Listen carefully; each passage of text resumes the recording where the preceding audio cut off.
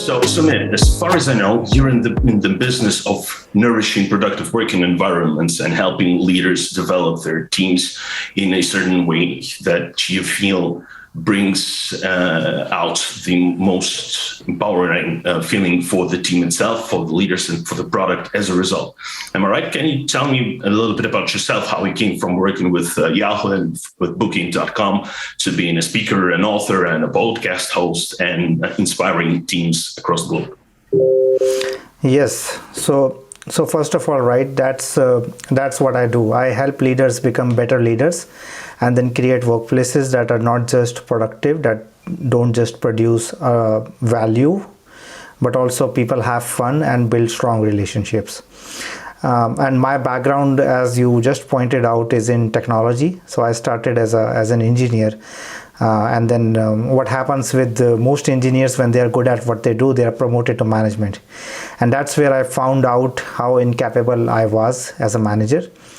And through that process, I started to learn and became passionate about people and understanding what drives human behavior. So over this long journey of the last 12 years, I have studied, I have researched, and I have practiced talking to people, understanding people, and applying new principles and concepts, which I now bring into my coaching, to my own personal life.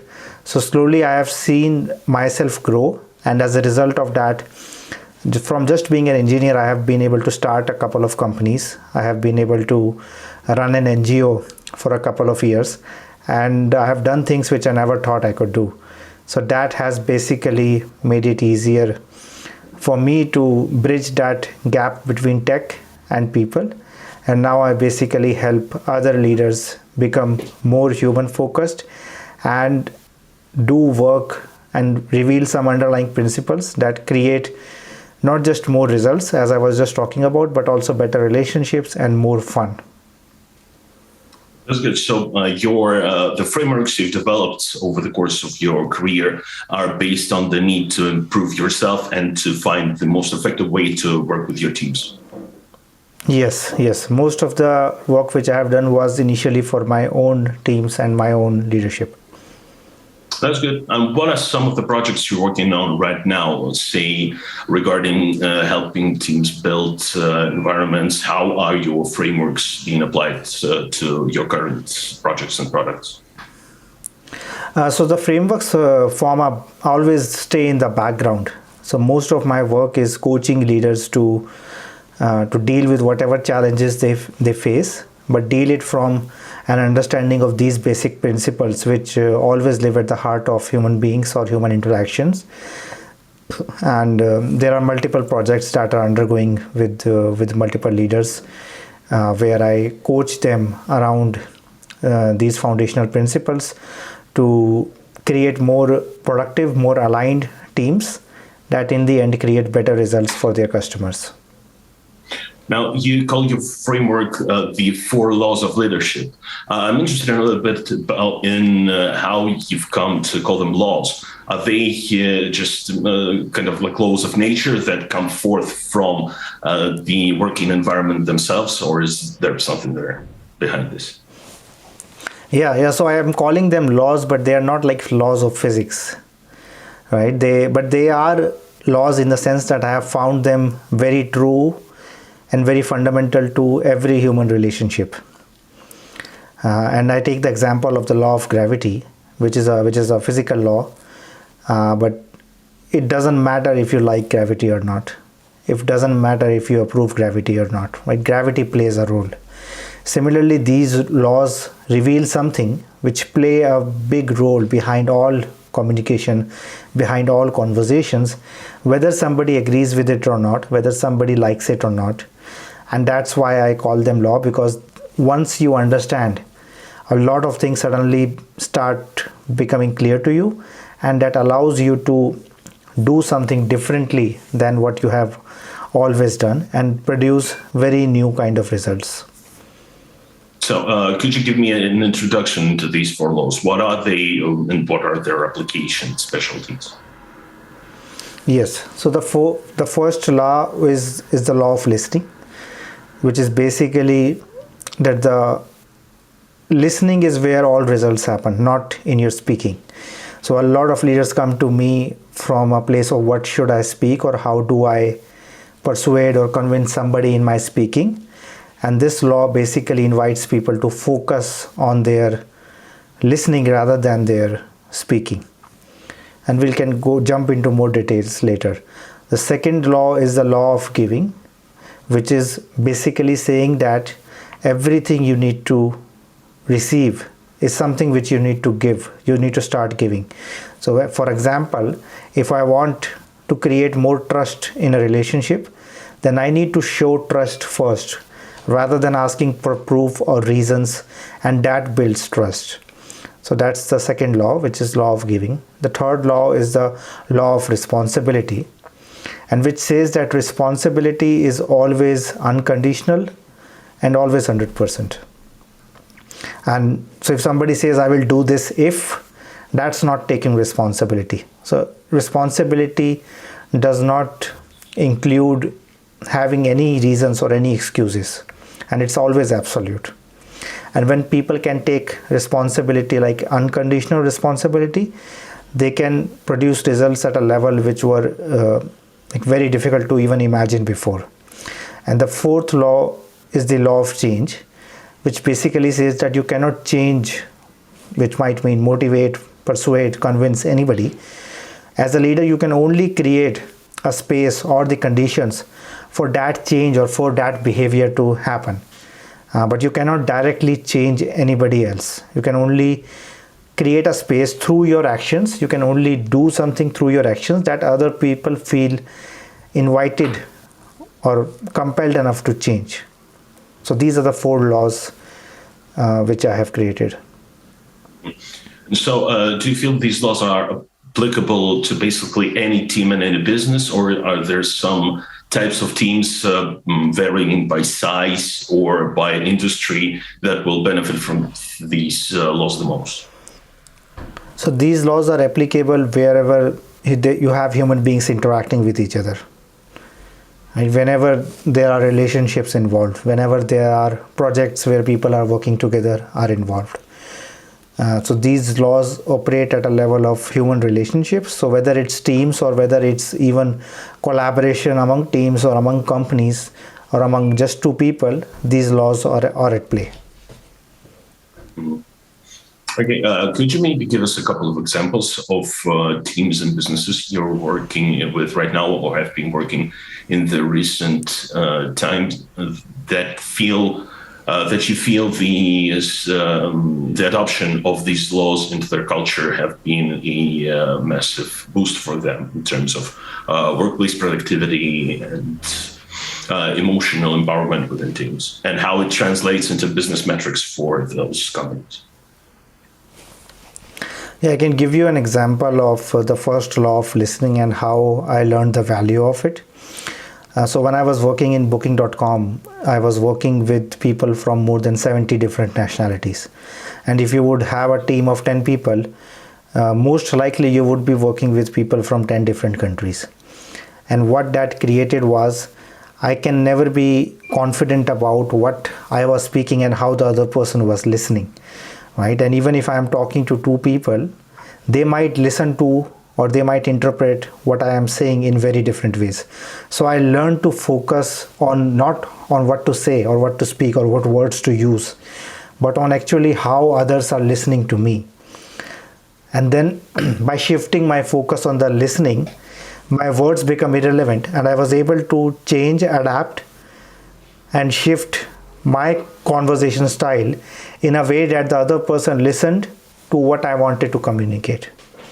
Right, so this created, so when I was unaware of this law, it was like creating a lot of misunderstandings among people.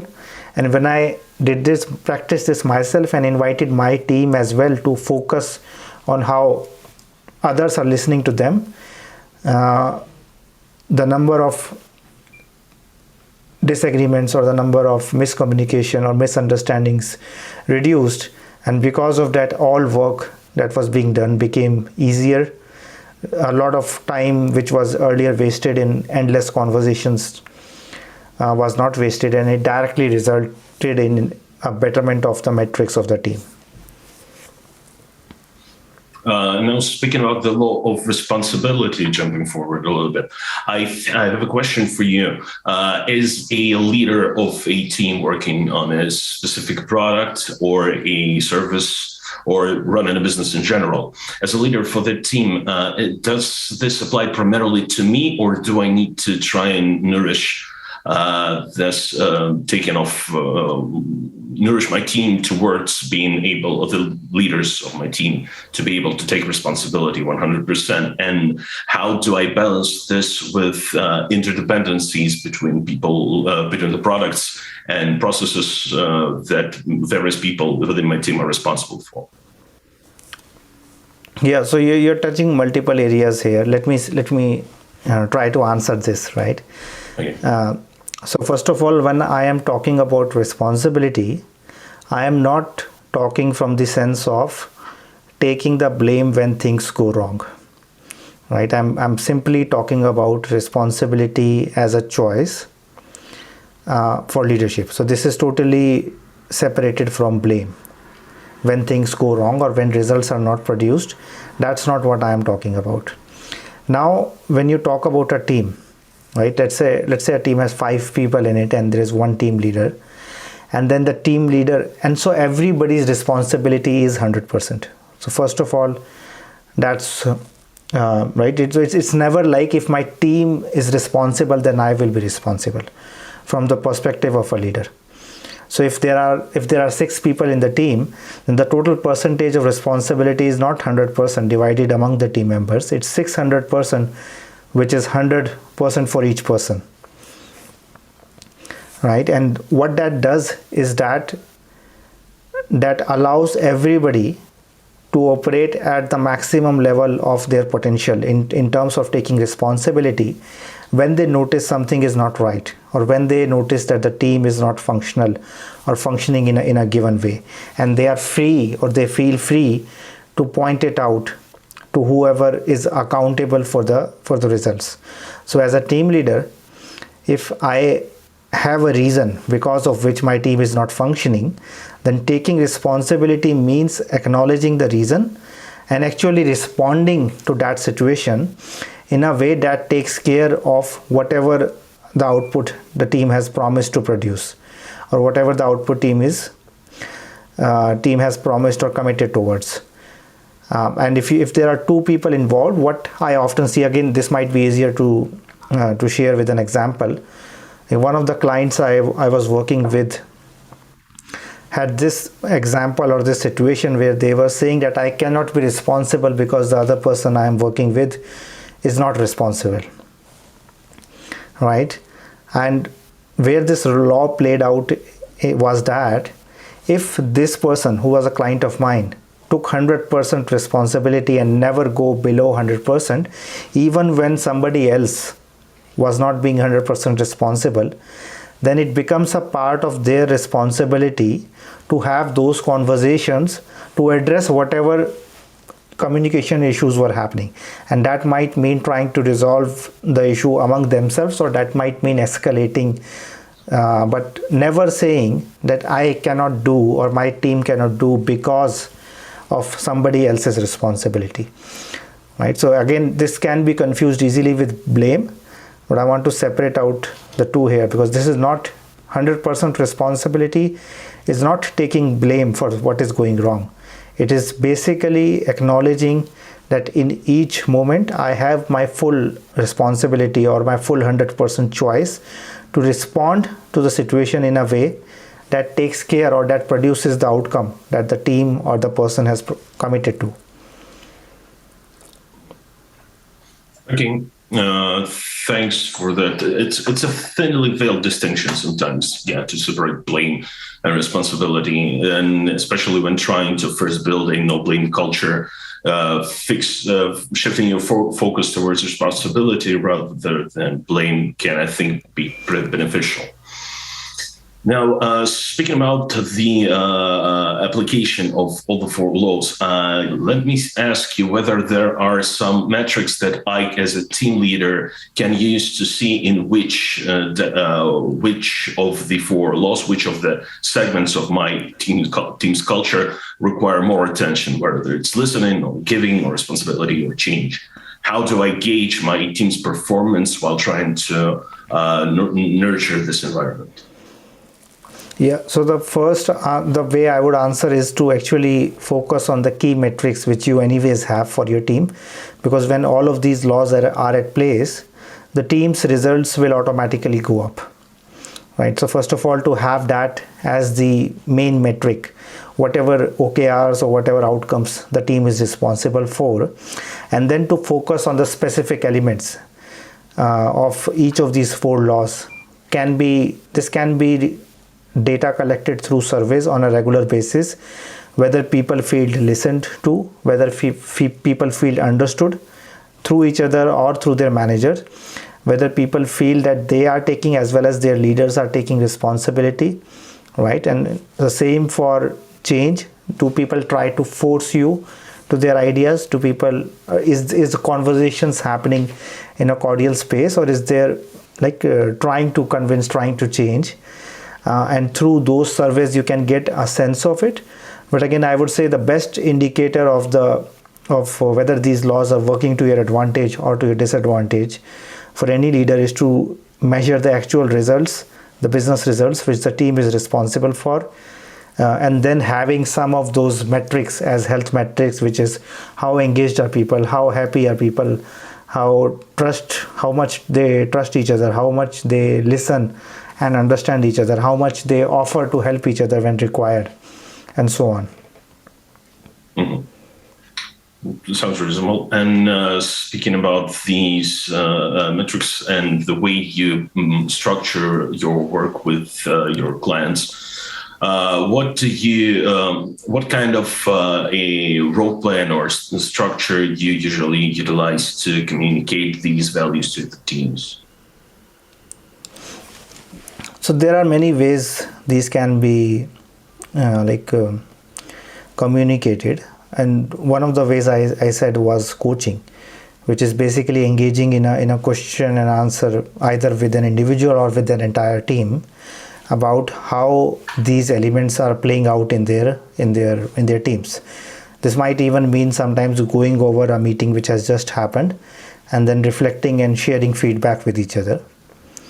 Apart from that, what also happens is,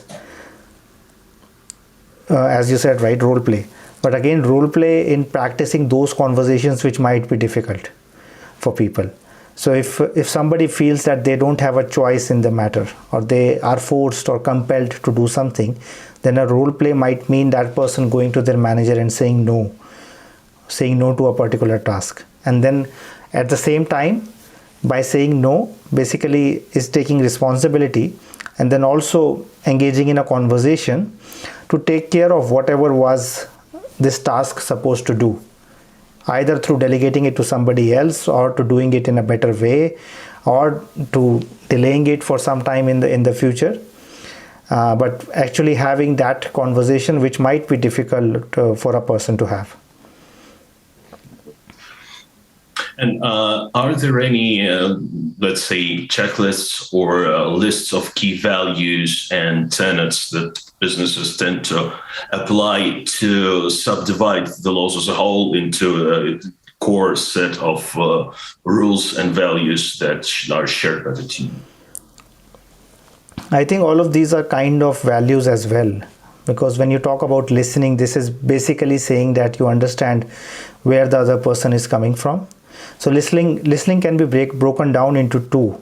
So first is, how am I listening, right? So if somebody is speaking, am I really listening to them, or am I listening to my own thoughts, or am I focusing on what do I have to say next, right? So first of all, focusing on my own listening, that how am I listening to somebody else?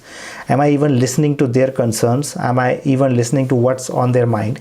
And then am I asking questions? Am I asking curious questions to understand better where they are coming from? So that's the first level of listening. The second level of listening would be to focus on the other person and see that are they listening to what I want to communicate, like not just the words which I am saying, but the message which I want to communicate.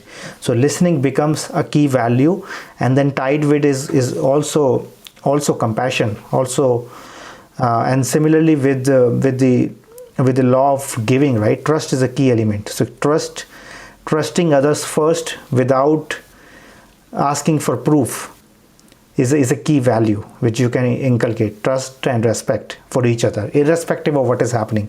We were talking about blame earlier, right? So learning from the mistakes without blaming a person is in itself a value, right? Because the taking responsibility actually means putting learning as a value in front of blaming or pointing out who did wrong, right? So addressing the wrong but not focusing on the who. So we learn and we do something different so that we don't make the same mistake again, but we never blame, or we never focus on who committed the mistake, right? So then that becomes a value. And for the last one, which is about change, a value could be never pulling rank, right? Or never convincing people because you have more authority, but always trying to argument, sharing your opinions, asking people for their opinions, and then making a judgment either together, or if you have that authority as a team leader to make an argument, but never push your arguments on other people. And a way to also create a value out of it is to create a value of healthy challenges among the team, right? So if you see a team challenging each other very gently on what made you think like that, what made you come up with this idea, why do you think this is the best way, could there be any other way? So in this way, all of these can also be seen as values, which could also help in measuring the behavior, as you said. Mm-hmm. Okay. And it's interesting about the idea of sharing of ideas and giving, because in conjunction with the responsibility, the companies I've been working with mostly were giant structures that were quite inert and built on a vertical system of responsibility. So the responsibility either goes upwards to the top management level or down towards the line employees. But what you're saying is we can basically shift responsibility into giving towards helping the teams basically horizontally. Are there usually issues with trying to persuade your clients that the idea of giving more and being ready to take responsibility for someone else's part of the project if something fails that way is a good way and not a counterproductive way regarding their own careers, advancement results, and key metrics? Yeah, so yes, obviously there are challenges, but I want to highlight, right, that these 4 laws, I call them laws of leadership and not laws of management. So these require people to be bold and courageous, and sometimes then there might be consequences, or sometimes there might be short-term results which are not positive. So let's say somebody raises their voice and expresses their opinion about what is wrong, right? That's taking responsibility, that's pointing out something which somebody else might not be seeing. But if the culture is very top down, or if the culture is not supportive of that, then that might mean that there might be retaliation, or there might be something for that person which is not a positive result, right? So being a leader requires you to make those bold and courageous steps, because the result that you are producing is not going to be met, right? So you bring up something which you acknowledge might create a result which might not be in your immediate interest, but you still put the interest of the entire team or the entire organization first, and you raise that matter.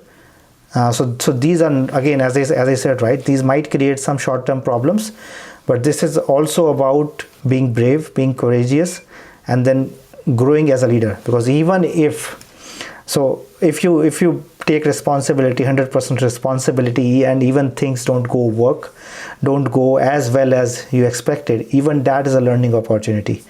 That's how you grow as leaders, by not just going through successes, but also going through some hard times or going through some failures. And when people see that you're willing to take a stand for what you care about and what really matters, that builds trust, that builds up your power and authority as a leader, even if the results are not immediately in your advantage.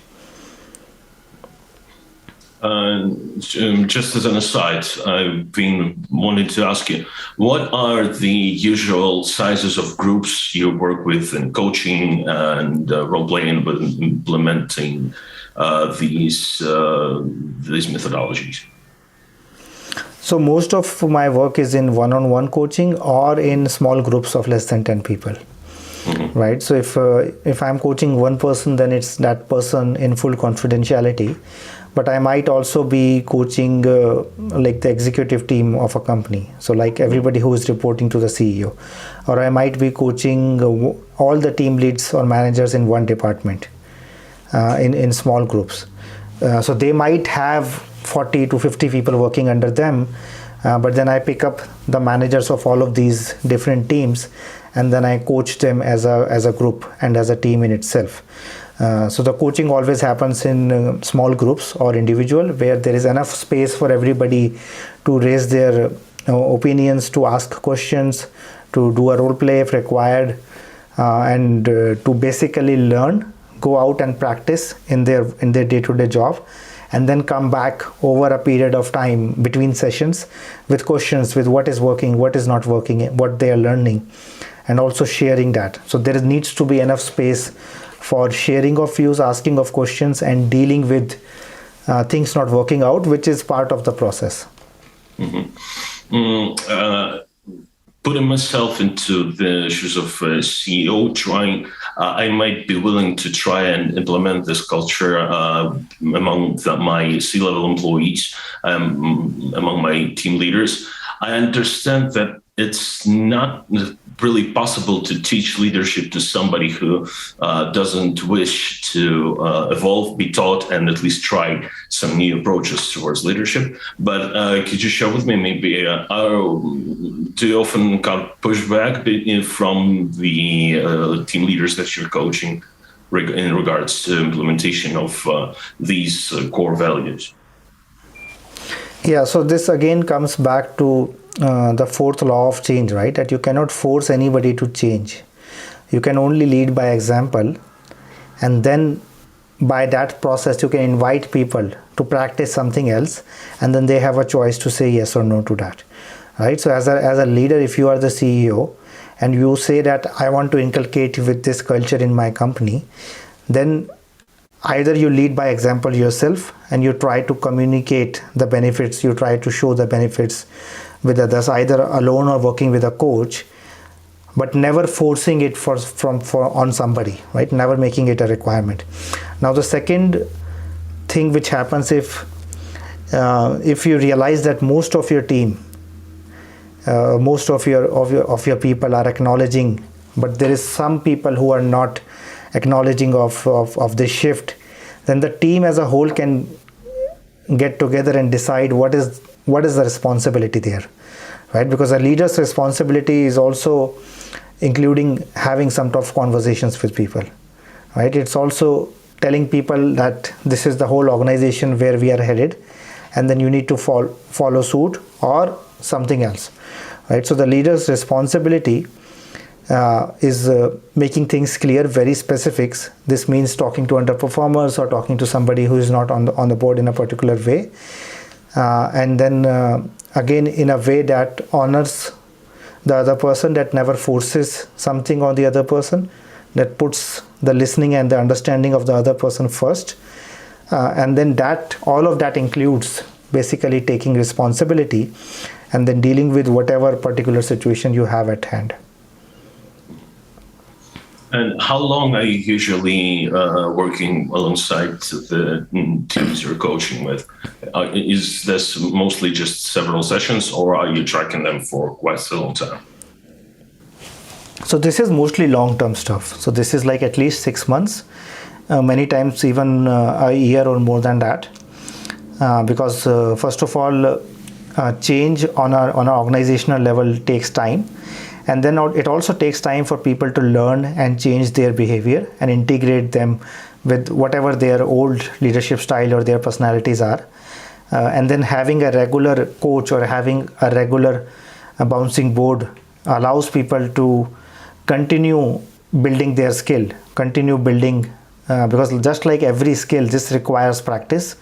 This requires that you fall down, you make some mistakes, you learn and you get better. So having continuous ongoing support of a coach or like somebody in your team itself is very critical to build a culture. Mm-hmm. And could you share from your experience some of the more inspiring or surprising changes that teams have undergone within this coaching period from your experience? Yeah, I think one brilliant example of taking responsibility is I started coaching a group of senior executives, and when they started, there was this sense of I can't do my work because the other person or the other department is not delivering on their promises. After working with them for now more than 6 months, I am already seeing a big shift happening in that even though there might be breakdowns or there might be things not going well, everybody is taking responsibility without blame and supporting each other, right? So they're talking about the same things, but they're talking about in a way that they're laughing, they're sitting at a table together, and then they are immediately looking for solutions rather than pointing fingers or like indulging in conversations which is not helping. So even if another department makes a mistake, another person is very quick to point it out to that department head, and the department head also doesn't take it personally. They basically just focus on how can we either mitigate the situation right now or what can we change so that this kind of a mistake or error doesn't happen in the future. So the relationships are getting better, the results are getting better. The conversations are happening quickly because there's less wastage in like negative moods or negative emotions happening. And what I think will happen in another 6 months with them is they will start producing much more like better results on the metrics that they are already tracking. So would you say the amount of drinks that my team has had together Friday night in a bar is a valid metric to gauge success of the implementation? Yeah, I think if people are listening, if that helps in listening, then maybe yes. But it's the foundational laws, right? It's not about any one practice or any one conversation. If the laws are in place and they are being adhered to, then everything will become stronger. But if they are not, then the same laws can work in reverse as well. So it's very similar with gravity. If you don't agree with gravity, or if you don't believe gravity, you can try to jump off buildings but never learn to fly. But when you understand gravity, then you can actually go to space by designing rockets or by designing spacecrafts around the principle of gravity. So similarly, once you learn these laws, you will stop bouncing against them in conversations and wondering what happened. In fact, you will learn to listen to those signals, and you will learn to change your communication, your leadership in a way that makes use of these laws in a productive way rather than letting them work to your disadvantage. I'm going to ask you quite a provocative question. Do you think there are teams for which such an approach to leadership is counterproductive? So what is required? Let me answer it this way, right? What is required is again a level of understanding and listening and willingness to change, right? So I'm not saying this approach is the best approach for everybody, and I'm not saying that every team or every leader should take this on. One key requirement is that the leader or the company should be willing to change, should be willing to learn and try out something new and see what happens before making a snap judgment. Because if you start with a judgment that this might not work or this will not work for me, then that makes the whole thing more difficult, right? And again, the whole thing is contextual. There might be a situation where as a leader you might have to take immediate action, especially in the moments of crisis. So as a leader, once you learn the laws, you will also learn how or when to actually break the laws, right? So these laws are for regular day-to-day conversations, but when there is a crisis, sometimes our leaders have to take very quick action or there will be damage, right? So they cannot go and listen, or they cannot go and communicate at that level of change or that level of listening, and they need to go faster. So every law has a caveat that once you learn the laws, there are situations which will be exceptional, and then you will have to deal with those situations differently. But yes, those should be the exception and not the norm. So I've come in to this conversation with the idea that it's a framework that I could possibly be implemented in my team to achieve some quantifiable results. However, I'm now I seem to be understanding now that it's more of a personal thing, and I can basically offer my team leaders to participation and the idea of trying a different approach to leadership, not some project that I'm implementing as a management act. Yeah, and leadership is never one size fits all. Leadership is never about deciding one thing and then the same thing continues. This is always about learning. This is always about adapting. Like, how do you see this work out in real practice? And then as a group, as an individual, deciding to change something, right? So people come and change the value systems all the time of companies. So if you decide based on these laws you want to inculcate certain behaviors and values, but then 6 months down the line you want to modify, or you want to add, or you want to delete some of those, then that becomes a part of taking responsibility and changing that, because you are listening to something and then you're taking action based on that, right? Because these are not like once you do it once and then you forget it and everything takes care of itself. These are ongoing, regular laws which needs to be practiced on a regular basis. And then given the situation, given the economy, given your company, given the kind of people you have, you might need to make an exception, or you might need to change even the playground or the rules under which you play. Could you point me in some direction? Let's say I've heard of this for laws. I think that it might be something that could benefit me in my leadership style. What would you suggest as my first steps toward understanding of how to implement this? Do I basically make mental notes or maybe physical notes about situations that have been uncomfortable or challenging for me, and then try to analyze them later in the scope of the 4 laws? Or are there some basically early actions that I can make sure to do myself to see if this is the right style for me?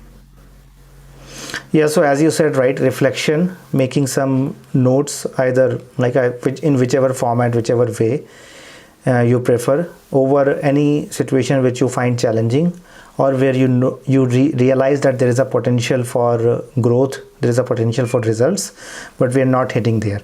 Once you identify that, then you put your choices in the framework of these laws and ask yourself, what are you missing? Right? What could you do differently? And sometimes this process involves talking to a coach, like getting or talking to the team as a whole, even, and then coming up with a joint decision, again in the framework of trying something out, seeing what happens, and learning from that. But yes, self-reflection, as you said, is key. Being aware of your own your skills. What is happening, like, are you listening or not? So having that self-awareness is key, and then working with a coach who can guide you, who has been through that process before, is the next level where you get timely feedback and you're able to iterate, you're able to learn on the job as you progress. All right. And just to summarize and make it a nice ending to this kind of beautiful conversation, would you tell me it's maybe the most inspiring moment from your coaching career that you cherish as an example of this framework being applicable and making workplaces and teams and the world a little bit better? Yeah, so I will give you an example of somebody I was coaching last year, and they were raising funds at that time for a project which they were doing, and they had a particular target, a number in mind of what amount they can raise as a team. And after going through a few months of coaching, they changed their number into 10. So they realized that as a team we can make 10 times more impact, so we wanted to raise 10 times more money. And that clearly come out of them taking responsibility for the change that they wanted to produce in the world. So earlier they were coming from this place that I want to do this, but then they were pointing fingers towards what is happening in their company, but also in the society as a whole. And because of this, they wanted to play safe. The moment they were able to take responsibility, they were able to set a bold and audacious goal, which was 10 times more than before. And as they went out to raise those funds, they didn't hit that target, but they were able to raise 7x what they were initially targeting. And that's huge, massively compared to where they started with. And the energy of the team after producing like that 7x number in funds, but also the impact which they created in the society was massive, because everybody was then super confident, everybody was very happy, they felt meaningful of contributing something to the society, and they saw that they can do much more than what they were thinking like just 3 months ago before they started. So that changed all their future planning processes for their business, but also for other social activities or other activities which they were doing as a team, as a company. Thanks. And lastly, I would like to try and ask you to challenge me as a team leader to do something different in a different way next time I'm faced with a leadership challenge. What would you offer? What would you suggest I do to make sure that I'm trying to expand my leadership abilities and break the mold just a tiny bit? Yeah, I think asking for feedback directly is one thing which is often challenging, especially if you ask people, right, can you share when I am not taking responsibility, or can you share when I was not listening to you, right? And that obviously includes creating the space where people feel safe to share that with you, but asking very direct questions about what could you do more in terms of understanding and listening to people around you. And sometimes that means sharing. Sometimes that means sharing something very personal, very emotional for yourself. If you experience fear about something or somebody, then sharing that with other people as well, because that creates that openness for them to share back. So asking for direct feedback from the people you work with, and then also being more self-aware, which also can be challenging sometimes. So identifying a particular situation which you felt could have been better, reflecting over it in terms of the 4 laws, what could you have done differently, and then maybe going out to that person and saying that I have this notion, would you have responded better if I had reacted this way, right? It might also mean apologizing to somebody, which again is sometimes not easy. It also means saying that I don't know, right? I am asking for help. So this is what I am responsible for, but I don't know what is the best way. So let's have a conversation around it. So sharing your weakness or so-called weaknesses, right? Because these things actually create strong teams, powerful teams. For a leader to say, I don't know, I need help, is a very powerful step. It's not a sign of weakness, it's a sign of strength. But as you said, right, it might be challenging or it might be provocative to do it and to put it into practice. Well, challenging yourself is how you grow. as a leader and as a human being. Sumit, thanks a lot for your time. Tell us where we can find you online. So I'm quite available on LinkedIn. That's where I'm most active. And then I also have a newsletter and a podcast, which is there on my website called deployyourself.com.